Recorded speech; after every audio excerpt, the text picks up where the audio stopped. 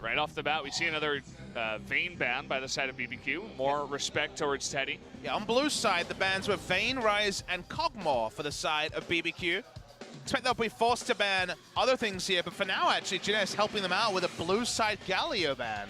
Maybe Grace needs to play some Galio solo queue, because banning it on blue side is pretty stiff cost to have to pay. First pick Ezreal might have to be, forced here when it comes to where the ban's going to set this champion select to. Third ban for Jinair acquired. We'll see if the Rise is just going to be the last ban for BBQ. They let the Ezreal get banned, but they let the Zoe go through for now. And that does suggest that they will be first picking Zoe if it's left available. So let's see what BBQ makes of this. It would be part of the reason why they sub in Grace, but I think it would be not a good idea to not first pick Zoe here after banning the Galio yourself. Yeah, Grace had some solo queue games on Zoe a little ways back, but hardly expected to be huge on the pick, and they're just going to give it up. Now, they do get a pretty big prize. They do. They are able to pick up the Sejuani, who is the sort of champion that can punish a Zoe, but it'd be ridiculous to see BBQ not go for it. They see a Sejuani, and maybe it's time to rain death from above. They're looking at a Siege comp here with the start of it. They're going to at least show the Ivern, but I think the Caitlyn perhaps a bit more realistic.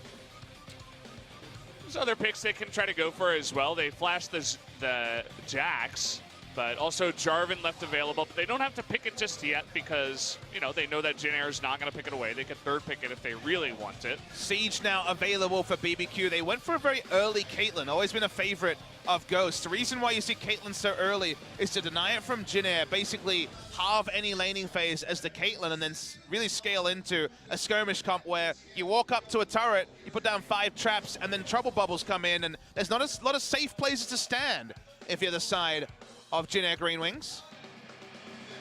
Yeah, so they know what they're going up against at this point. The question is, how do they pick against it? How do they draft here? They do pick up the Rise, another very, very strong pick in the mid lane. But is he going to be able to deal with the sieging? They have Varus as well. Let's just say, you said the P word, pick, but let's talk about the other use of pick. Their picks here, the pick comp they can enact, the teamfight CC for the side of Jinair is massive. Trick still playing with our hearts and minds. He is the resident solo queue Evelyn, but he doesn't have the license for his crazy picks anymore, it turns out. Won't be Zac this game. I'm not looking for backline threat. He's going to stick with the Jarvan that works so good in game 1. Yeah, just picks that before he can get banned out here. It's funny, he's got the lights on his head. The coach did there for just a second. But yeah, we're going to have to go into the ban phase. Phase number 2. Support and top lane are the roles left to be picked. Could see a Vladimir ban here on the side of Jinair. Otherwise, it could just be a safer pick on the red side. To be taken by Crazy. We've seen the Rise flex to top before. That's true. Did very well against the Vladimir. Maybe they try to get BBQ to pick the Vladimir, and then they just send the Rise top and counter pick for mid. I'm glad that you pointed that out. It's seen as a winning lane against the Vlad, so maybe that's enough to dissuade BBQ from first pick on the red side drafting the Vlad. Last picking it after the information of where Rise was going would perhaps have to be the way. So we'll wait for the confirmation there. Vladimir is the most interesting champion to talk about because of his immense power, and it feels like the kind of spirit animal or spirit champion of week 2 of the LCK has been Vladimir. Takes away Tahm Kench, another great pick for catching people who get caught up by the trouble bubble. Also a great pick against what Jinair have drafted, so I'm surprised to see it banned on red side because it answers Varus oh so cleanly, and Sejuani as well. It's a bit surprising to see, so Braum and Tahm Kench would have both been great tools for BBQ to be running against the side of Jinair. And see an orange man here, orange support when you have Braum banned away is very realistic, and then the siege gets even more insane as the traps and the bubbles are there and a damn Ornn ultimate flies in. So every 20 seconds is flying by. That damn Forge God, you never get him out of your base. BBQ may be stealing away the Alistair from Wraith, so we do see that locked in here.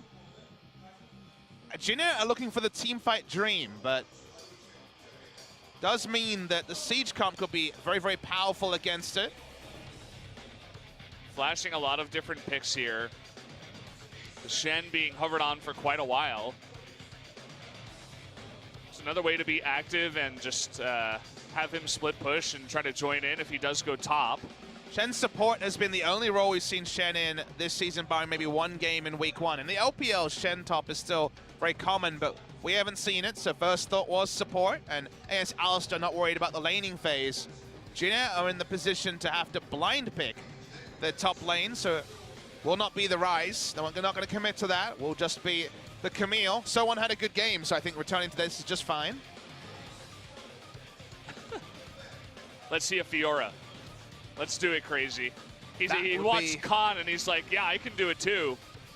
Opting into a skill matchup that at best is 60-40 Fiora. Some people would say 70-30. I don't think it's that strong. Maybe they're going to go with what they were able to deal with in game 1. And if they play the map well, which they did, it's another tool that works in a siege, the cannon barrage. There is nowhere safe to stand when you're trying to stop a turret from going down. If you get out of lane early as BBQ, Gangplank can just try to waste the time of the Camille, and from there, unless the teleport is in, unless all the CC registers, you are very worried. So Siege versus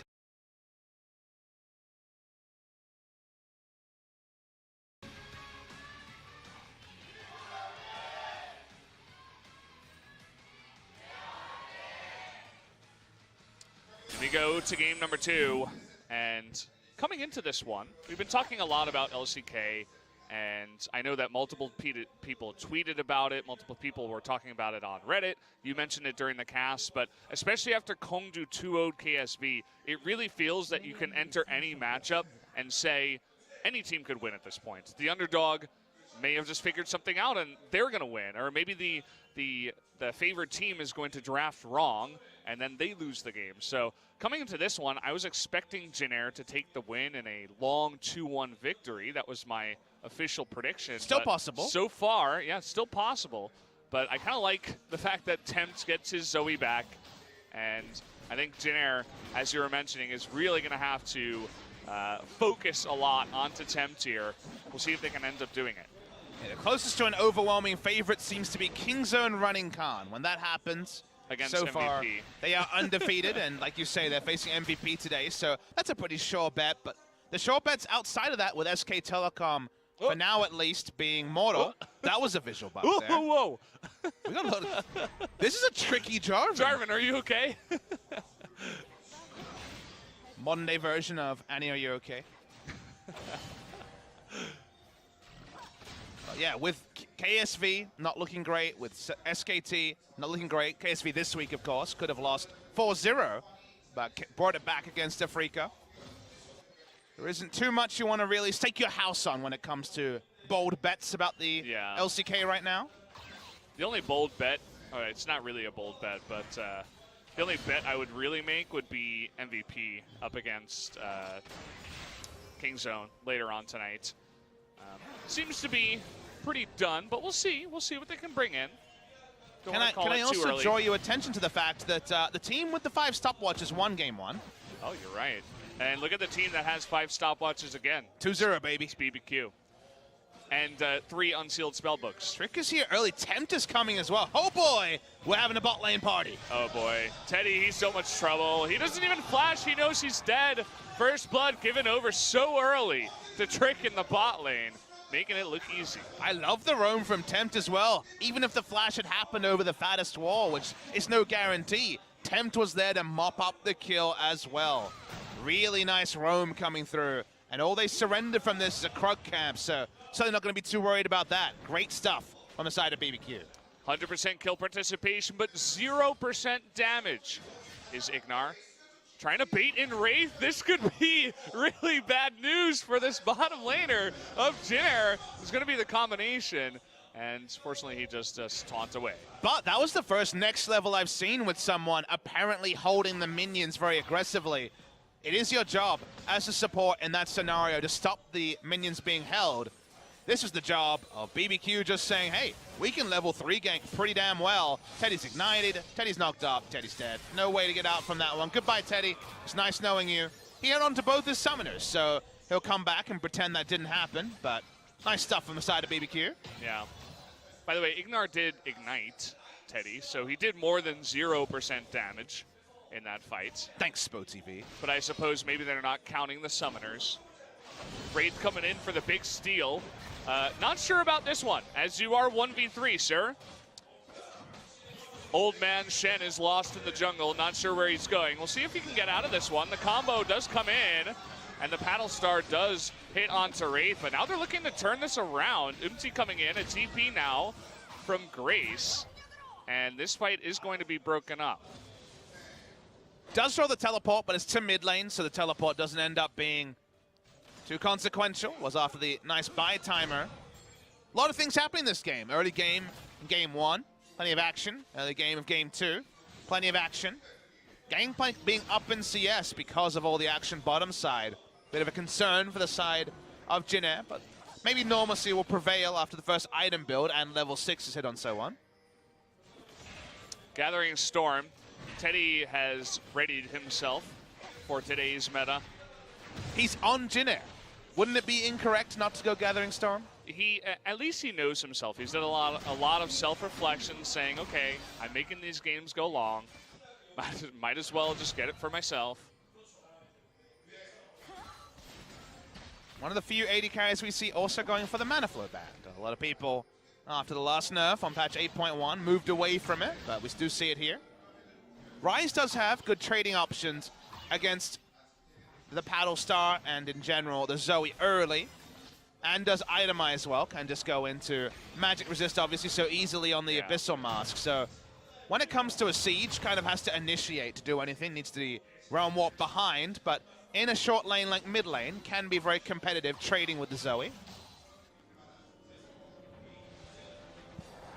Yeah, we talked a bit about the Gathering Storm and these crazy 70-minute games that we continue seeing, but I feel like as we play this more and more, teams are beginning to figure out ways to try to counter that meta, you know, go with more aggressive picks like Zoe and just try to nuke them in the mid to late game before they can get really tanky, before the AD carries get too out of hand. We saw a lot of engaged compositions out of teams like Rox Tigers, where they just try to go all in onto your AD carry in the mid game and not even allow him to farm up. I mean, there weren't a lot of champions in the meta that could one-shot. You know, weren't a lot of champions that had a lot of innate threat alone, and I think that was one of the reasons that games were really extending is a lot of defensive tools in runes. Korea is a defensive-minded region. There's not a lot of engage in the meta, and there wasn't a lot of burst in the meta. So you do the mental math there, and the end result was 70-plus minutes to dream every other game. Like you say, this week, Only when you cast with Achilles, Papa. That's Only true. when you cast with Achilles. Hey, we had a long one as well. We hit an hour, I think we did. Did we? It was like 55 minutes, 51 minutes. I'm sorry, like I did some rounding, Valdez. But we got close. It does seem like Achilles is your long game caster curse, though. It is, you know, or my long game caster dream, depending on the day and how excited I am about a series. But there are reasons that games have been extending, certainly, but with the meta changing, this week has been very different. No longer do we have 380 carries banned on the red side, multiple games in a row. When it comes to must-pick and bans, feels like Zoe is only recently joining that number after being on the sidelines, unpicked and unbanned a lot of week 1. Clearly teams, you know, had a chance with a couple of days in between weeks to look to other regions and understand what's strong and get some new ideas. And I do like the fact that the meta has at least tended slightly towards shorter games. The patch will help out with that. Umti with his fleet footwork, Sejuani not very scared to hop in there. Nose Trick doesn't have flash. It uses flag and drag too. So just trying to come in there, smites away the big raptor. Wasn't thinking about going all in because obviously the Zoe would have gotten there first unless Grace commits to a big-time Realm Warp. Tempt for now hasn't been able to rain death from far away, but feels like that time's coming soon, Valdez. Yeah. He did get the Merc Treads in this game very early on. Has that extra bit of movement speed, but also can deal with the Rune Prison a little bit easier on the rise. Nicely done there. Good trade for Tempt. I'm a big fan of the Paddle Stars when they're cast forwards. They always are a bit more exciting than the long-range ones just based on the Trouble Bubble.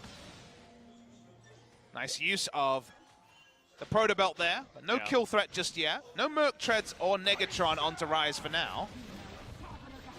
Good move here by Crazy.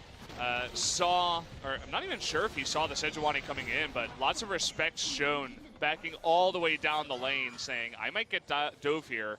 Let me just throw out my ultimate and try not to die. Yeah, Umti's had a lot of control over the Krug camp because there was jungling from Trick down bot lane on the early ganks, so has been a lot of top lane control. So smart of Crazy to just ult, and worst comes to worst, he plays extra defensive because he doesn't have the ult to turn around a gank, but he still has his stopwatch.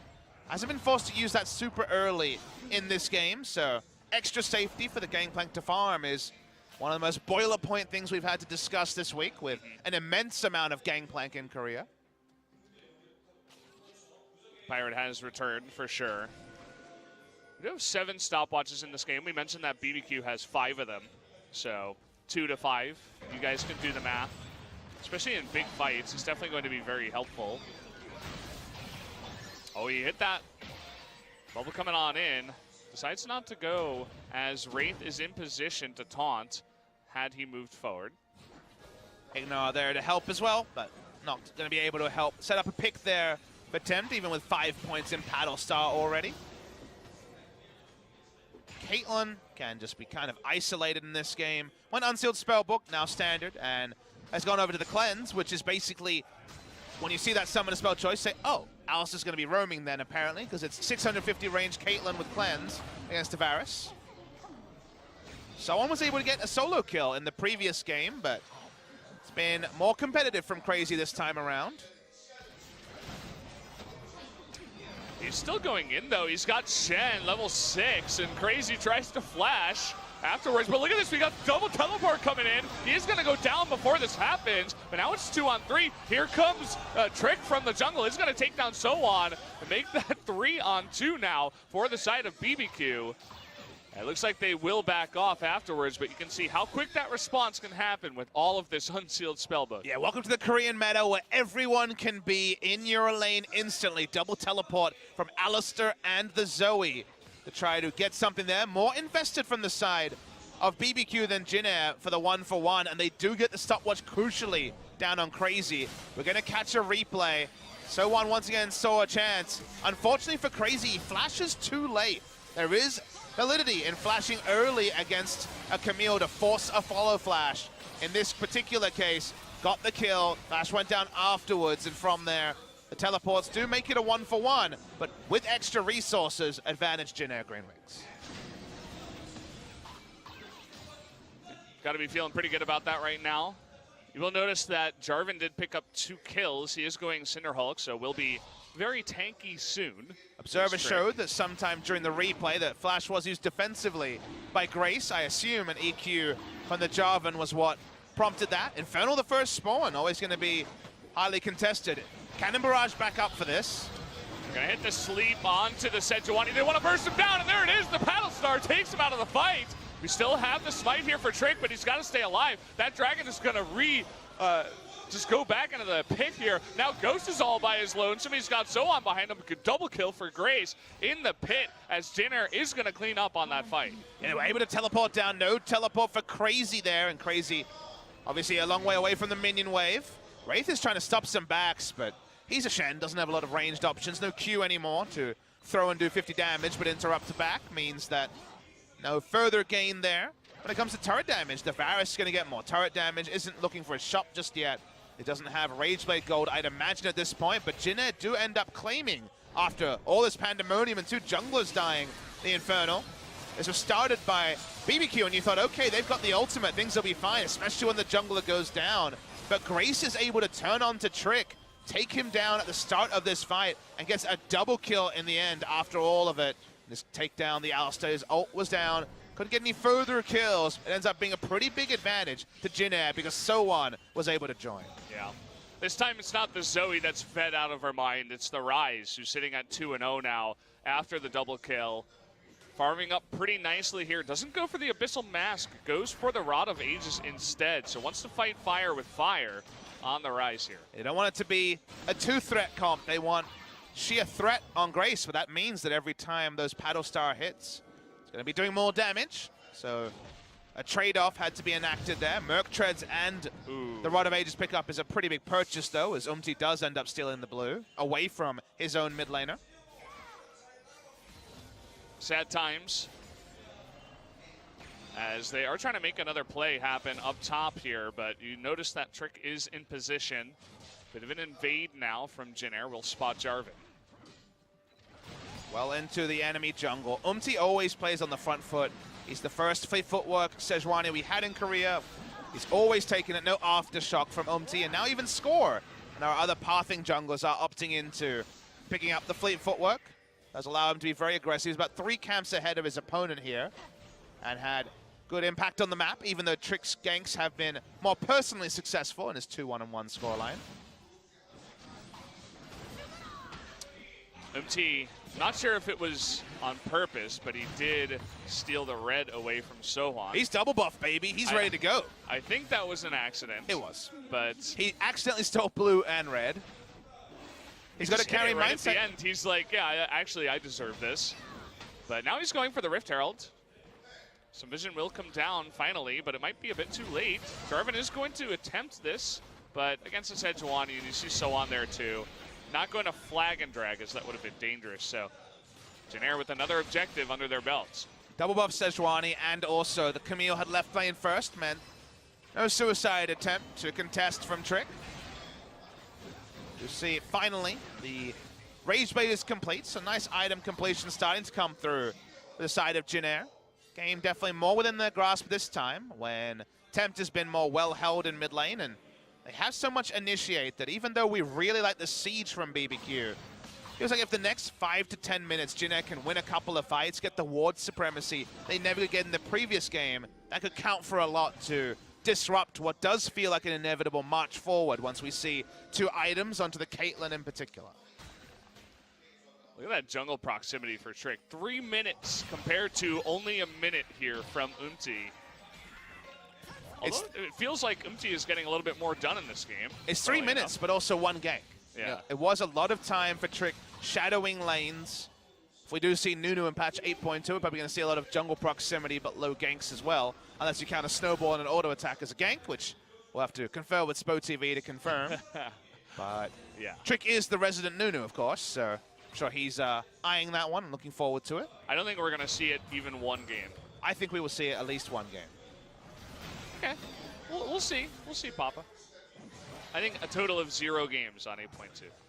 Was hot fixed on live, but the Azir Nunu thing. Will we ever see Nunu Azir? I might agree that that's a 0% chance.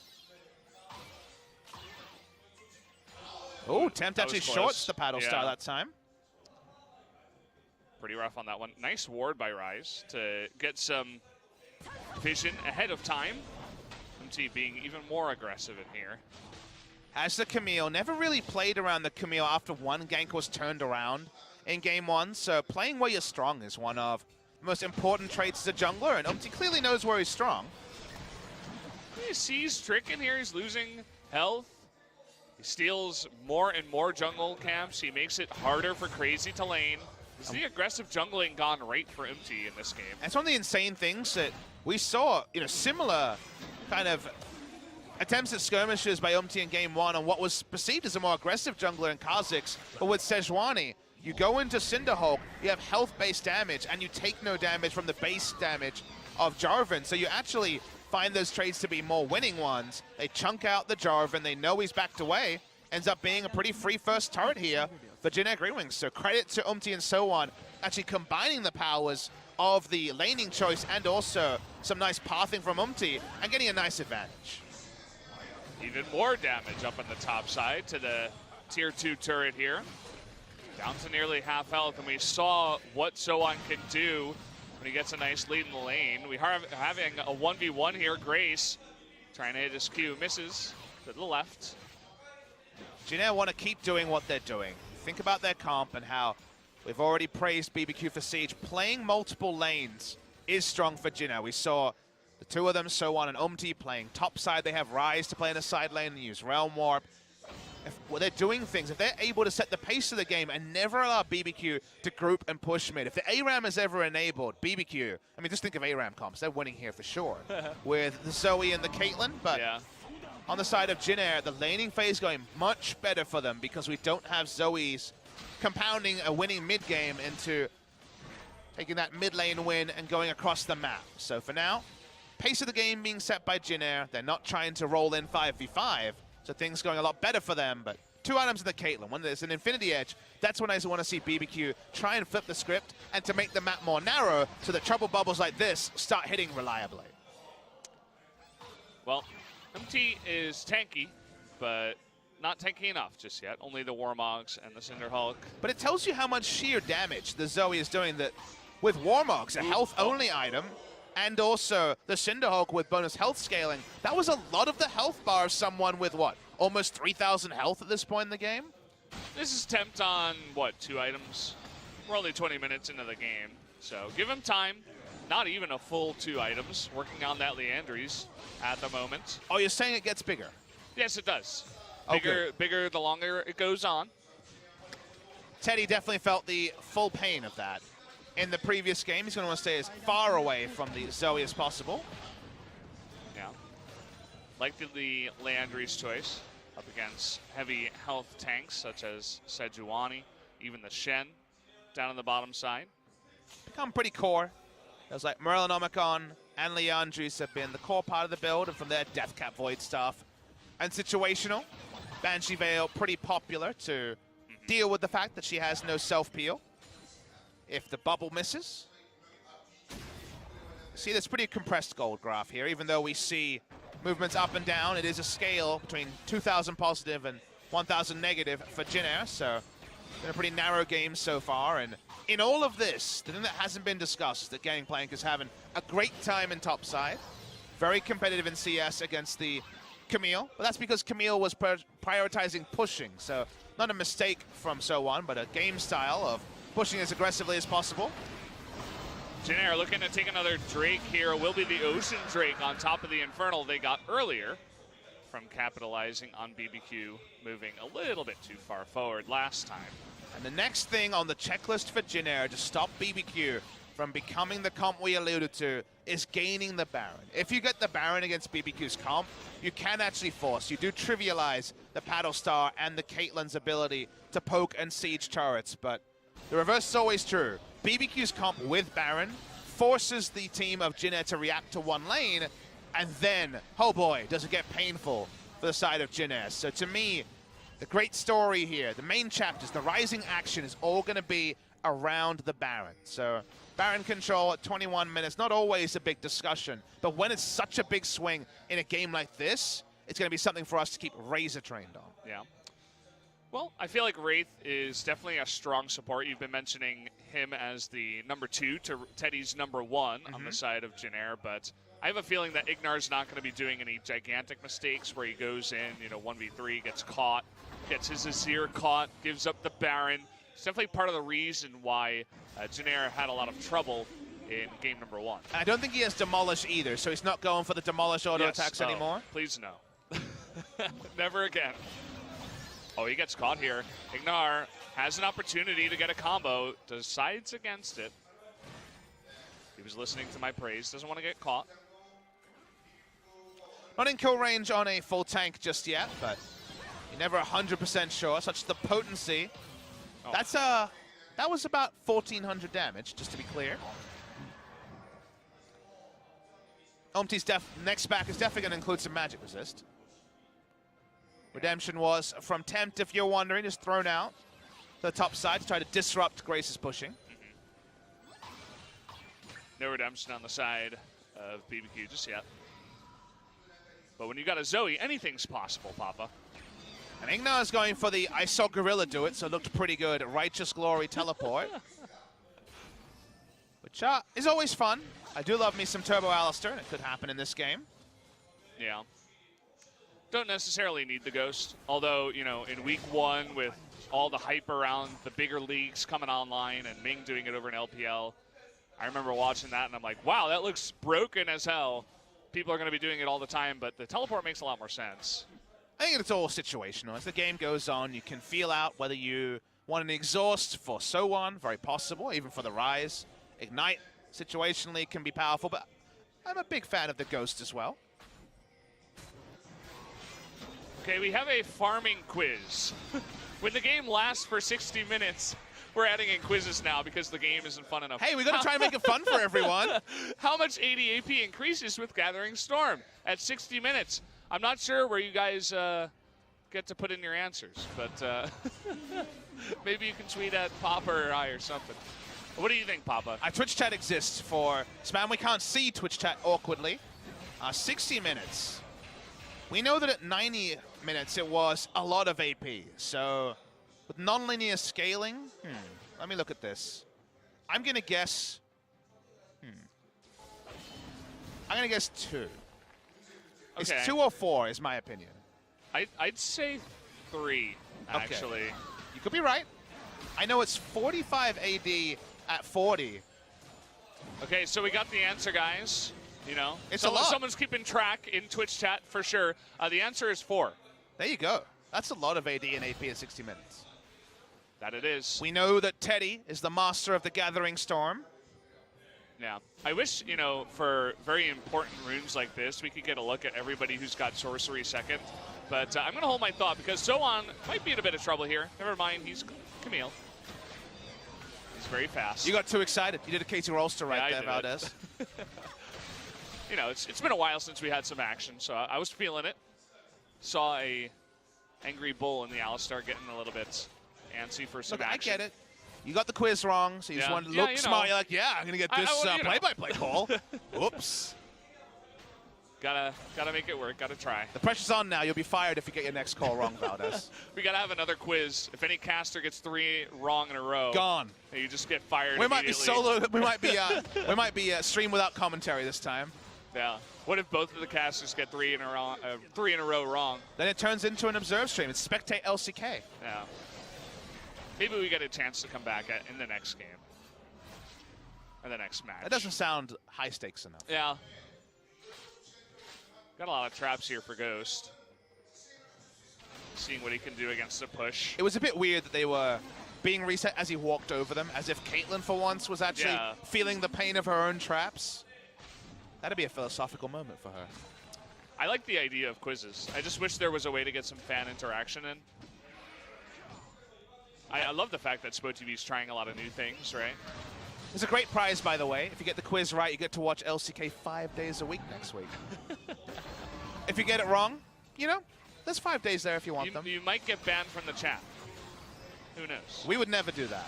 No, I've never banned anyone. I don't use my mod powers for anything. What do you use them for, then? Just watching. Ah. You're a poser. You're a poser People notice me more, you know. As number 3 on the list of play-by-play casters coming in from SpoTV, and it definitely helps to have the sword next to your name. I think we've made it clear that I'm ranking this play-by-play caster. It's not for you to presume you're number 3. This is your show to run, Papa. I think there should be 4 rankings. One of them is no play-by-play, so... I mean, the Papa solo just a cast. Papa stream? Yeah, why not? I oscillate between that being my number 1 and number 4 thing, depending on how the workload's going. I think it's not a good thing, but I'm pretty sure a lot of us play-by-play casters would have trouble with some of these quizzes. Sometimes the numbers get away from us throughout all the screaming that we do. Grace is playing the dangerous game of trying to split push on the top side with incomplete vision as Rise. That's what his thing is to do, though. Jinair have finally had to deal with Ghost rotating to mid on now 3 items, so all the map's not narrow. At this awkward spot where you're trading farm with the team that you were beating before, and the S words comes up, and you see scaling on specifically Gangplank, and you start to worry a little bit as Gangplank's getting free items. So they're not actually inching their position further here, Jinair, so their lead is not growing, and I was criticizing Rock's Tigers for that yesterday. But finally, Umti's in the mid lane. It's okay, action in 2 lanes. We got 2 action here. Ghost gets locked down, but Wraith, he's TPing somewhere else. Ghost having a lot of trouble here. Wraith almost dying in the meantime. 4 members coming down here. Looks like the gank up in the top lane did work. Grace did go down to the 2 members of BBQ. And man, Ghost staying alive there was very unlucky. It seemed like Sohan was trading upon the burst of his E and then holding onto his ultimate, maybe thinking he wouldn't even have to use it, but he missed his E as a lot of damage dropped, and Ghost doesn't die even without heal. Pretty insane stuff there, but got away from it. And ends up with BBQ just turning onto Baron. Definitely have an opportunity to do it here. Trouble bubble. Trouble bubble and the traps. He is going to be locked down. And see you later, Teddy.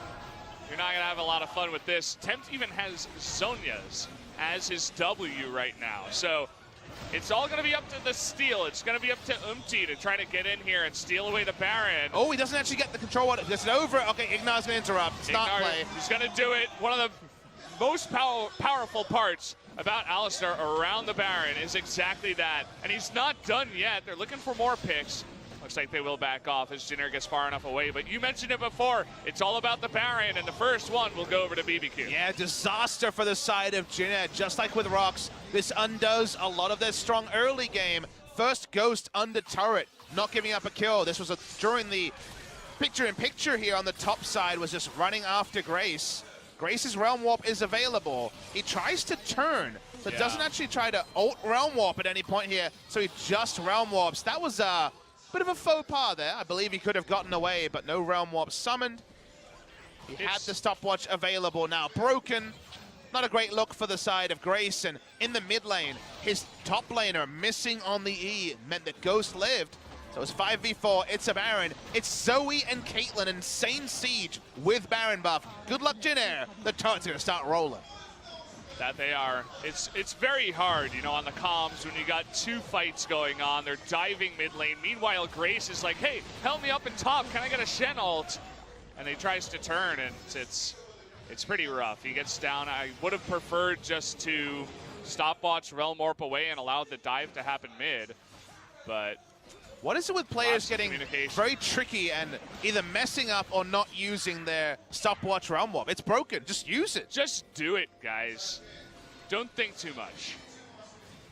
Well, the free escape has looked a little bit more expensive this week and been mismanaged a couple of times in a row to the tune of a gold lead growing very severely.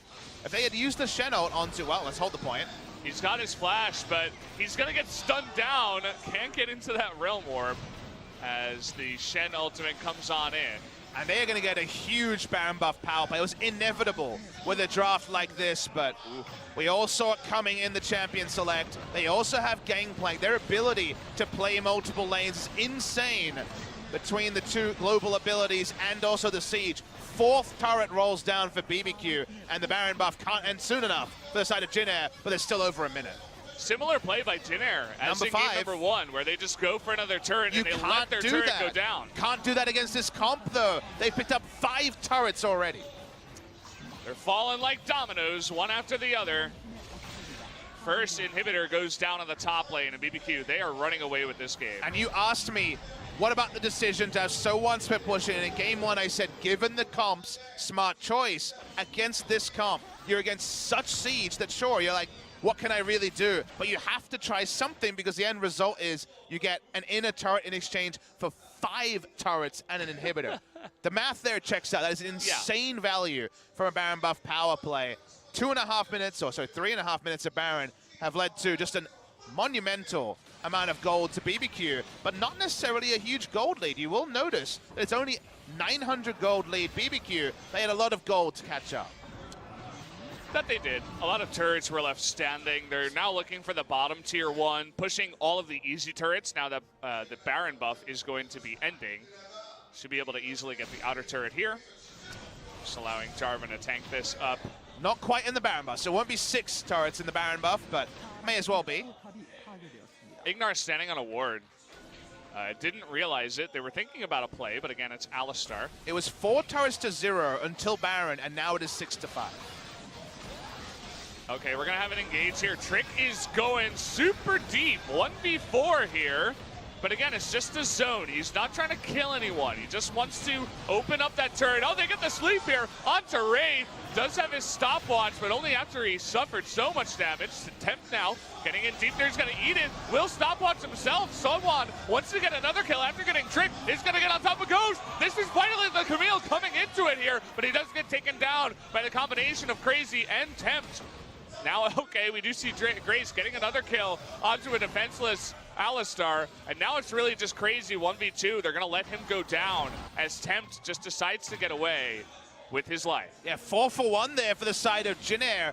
BBQ had the right idea, but they used too much threatening. They could have just used a gangplank ult and then walked up and taken a turret, but instead they started the dive, and So-On got his first teleport flank of the entire series. Wasn't able to do it in game 1, was just split pushing. Got maximum value out of the Hextech ultimatum, taking down Ghost. They tie up both the threads. They get the flash out from Tempt, and they're able to actually find a foothold back into a game that was quickly snowballing out of control. In 3 minutes, they lost 7 turrets. But with that win, and now the 4th Drake of the game, Elder Dragon is shaping up to be a pretty epic win condition for Jinair. So talk about this scenario. If you put down a Gangplank ultimate, Trick is not there, Ignar's not there, they still have to back away. They will blow the locket. They'll probably get the turret, and the PLCC of the Alistair and Jarvan will be there to interrupt and tangle with So-On. But instead, So-On can wait here. Trick is out of health. He's already basically dead.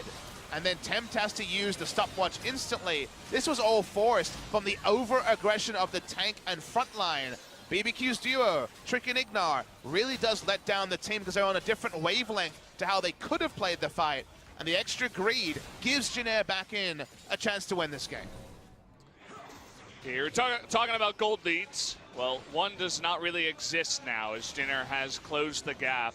And it truly is anyone's game at this point in time. BBQ, with the domino effect on all the turrets, they get themselves back in, but one overcommitment makes this game even. We got Baron coming up in 50 seconds. They're looking towards that, but the non-stop split push out of So-On seems to never end as he's on top of that inhibitor turret. 6 items onto the gangplank will mean there's going to be a bit of a delay. He's getting some fun visual back there. That's very amusing on my screen. Doesn't matter though. Wave they're going to be decent. Be a little bit of chip damage each minion wave, but it's going to take many, many rotations of minions or the gangplank leaving for them to get much value there. They put down a lot of vision and clear a lot of vision around Baron, but it's instantly replaced with 15 seconds left. BBQ do have Alistair Jarvan to face check around that area, but the Baron buff value we've already mentioned is sky high for and against BBQ's comp. Camille is an entire item behind Crazy. And he's going to be going in. He's got actually Wraith coming upon him. They're going to 2v1 against this gangplank. He's trying to stay alive, but down he will go. And immediately the Baron is going to start. So good response here out of BBQ. Can Jinair get back in time? It looks like no, they're just going to try to give it away. Maybe Umti can go for the steal. Doesn't have any vision. Just going to go walk away. And that means that another Baron will go over to BBQ. So he had a control ward, but chose not to put down any vision. Unsure if that was the right decision. On the back end, they're trying to punish Trick. They got 3 members here, might be able to cancel at least 1 Baron buff. Cataclysm into EQ is the hope. And it looks like it will be enough to get him out. So they get 1 kill, they give away Baron, and not too much extra pushing on the side here of Jinair. I feel like Spo TV could have stopped that and had a combat puzzle of how to escape from that many members of Jinair, and it was well solved by Trick, so great job. You win our quiz prize of getting to watch more LCK next week. Trying to buy time here, BBQ, for the respawn of Crazy. Okay, the Chain of Corruption is going to lock down the Alistair. Trick will be dead. Oh, Tempt gets pretty low. As, well, that's what a Ryze and a Varus can do when they have the room to just do that sustained damage. And Tempt can't just poke away. Almost takes out someone on the back foot. I think it was Wraith. But he does get away with his life as well. So now we return to the simple equation of Baron buff back on BBQ. They're going to attempt to roll down a single lane as 4 and have Gangplank at least go even in a side lane as the 5th member and break the base in a 2nd spot. They already had 1 inhibitor down much earlier. The inhibitor has respawned, but the turret has not. See how BBQ respect their flanks, because when they're rolling as 4, it's only So-On who can be able to rewrite what looks like pretty simple turrets rolling down for the BBQ comp. So-On had a lot of power in game 1, but the composition around him didn't really lead to him being in a position to succeed. See about what happens in this game. Here's the rolling down mid lane from BBQ. Yeah, they want to set up that siege if possible. They have to be careful not to get caught out here. Yeah, Jinair playing 2 lanes, basically trying to ensure that side lanes are never rolling, so it's only 1 lane. It's just 1 lane to play for. Yeah. For the side of BBQ. Gangplank, Crazy trying his best to deal with all of these lanes. But you can see what Sowan can do when he's left alone down there. Keep in mind, yes, this inhibitor will go down, but the 2 lanes are being pushed. They're going to continue pushing. They should continue pushing. They want to draw back the Rise. They're going to try and end the game. They are going to do, or at least try to. They're going to take out 1 Nexus turret. We'll see if they continue here. They got the TP coming on in. The ultimate, though, gets out of that backline onto Zoe. There's the 2nd turret going down. Are they going to come in here? It looks like they can. As getting into the backline now is the Rise, as well as Sowan on top of Ignar. Jinair is going to clean this up in the end after losing 2 inhibitor turrets. And we know what happens when it gets late in the game. They have an opportunity to end. We're here at 40 minutes. We'll see what they can do from here. Yeah, it'll be a 4v1. Trick will get away unless Rise can interrupt. Will he Q over the wall and get him? He doesn't. So Trick does get away against the super minions. It's going to take time. They will at least get 1 inhibitor, of course. Ending the game here looks impossible with 25 seconds on the respawn for Ghost. That was a mistake from BBQ. We asked so many questions, Valdez, of was it smart to try to overforce and end the game for some of these teams? The 31 HP for Freaka, that was probably the right call. It was unlucky.